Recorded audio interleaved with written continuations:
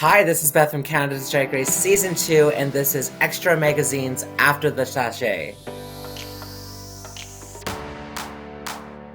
Hi, I'm Extra contributor Russ Martin, and this is After the Sashay, a weekly discussion with the most recently eliminated contestant from Canada's Drag Race Season 2.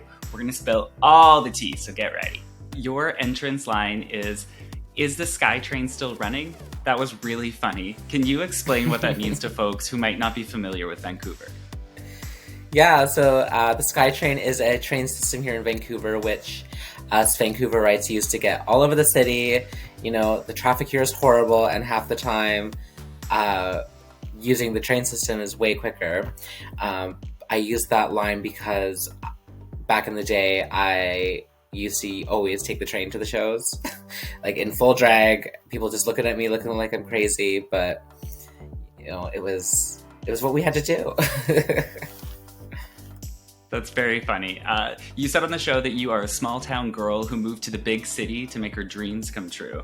I saw on your Instagram that you were back in Nelson, BC for the premiere of the show, which was really cool. You had a lot of hometown love there. Can you tell me a little bit about what it was like to grow up in Nelson, BC? Growing up in Nelson was definitely interesting. You know, it's a smaller community, and I was this very... I don't like to say odd, but you know, a little bit of an oddball. You know, Nelson is a really beautiful place, but I think I really had to leave to appreciate it again and appreciate its beauty. And you know, I love going back and visiting as much as I possibly can. But you know, I'm a city girl now. I was incredibly excited to see another TwoSpirit Drag performer on Canada's Drag Race Season 2. As a TwoSpirit person, what does that bring to you as somebody who has gender as the primary part of their artistry? Yeah, for sure. So being a TwoSpirit person has really allowed me to really embrace, you know, my feminine side and really be proud of my feminine side and, you know, really take that and run with it and, you know, not be ashamed of celebrating the side of me. And it's been a really liberating experience, I guess you can say. You know, I, as a younger teenager, I had someone come up to me and say, when I look at you, I don't see necessarily a male or a female. I see a fully balanced human being. And it took me a while to understand what they were talking about, but you know, it was really, once I did it, it was a really powerful moment for me. On the show, you mentioned that you are someone who struggles with anxiety. I'm wondering how the character of Beth and the process of coming up with it and performing on stage impacted you as somebody who does struggle with anxiety. Yeah, for sure. So, you know, I've struggled with anxiety pretty much my whole life, and it really did affect me in my high school years, and I wasn't necessarily sure what that feeling was that I was feeling. I just, you know, I just knew something never felt right.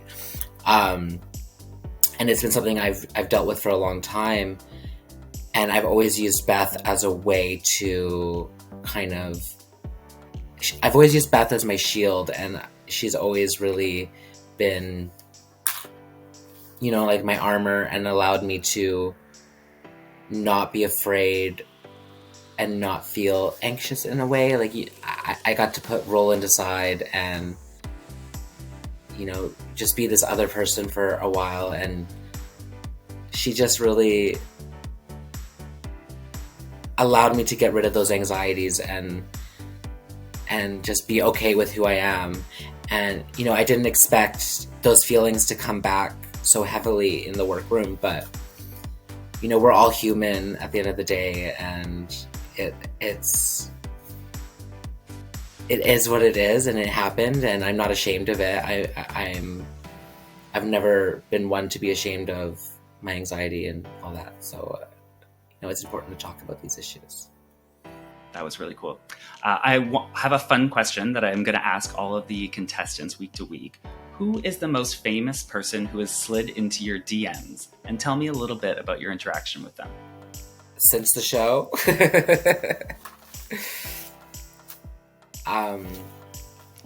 Or ever.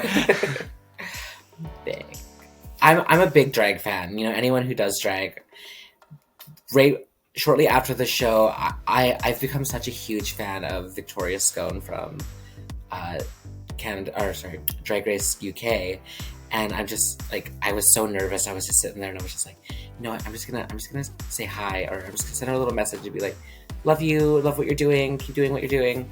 And I was not expecting a reply back from her that was just so nice, and she, you know, was just saying, like, yeah, she's just such an amazing person, and to have her acknowledge me as well, that was really a special moment. I saw that you were recently on a date, and the guy discovered midway through the date that you are in fact gay famous. Tell me what happened. Oh my gosh, so, you know, I was on the apps like we all are, and this guy said, oh, let's go for dinner, and I haven't been on a date in a long time, especially in the pandemic, but, you know, I was like, what the hell, like, let's do this. And, you know, through our conversations, I discovered he doesn't really know much about drag, if anything. He knew I was a drag performer, but that's all he really knew. And I didn't really want to talk a lot about Drag Race, just because I really like to separate my personal life from my drag life. But we were sitting in the restaurant, and then all of a sudden I hear the music, and I look up at the screen, and there I am walking into the workroom, and then my like boy image in the confessional comes on the trailer as well, and he's like, wait, is that you? And I was like, yeah. He goes, you're on TV? And I was like, yeah, I'm gay famous. Thank you so much for watching Extras After the Sashay, and make sure to follow me on Instagram at allthatbeth_ and allthatbeth on all other platforms.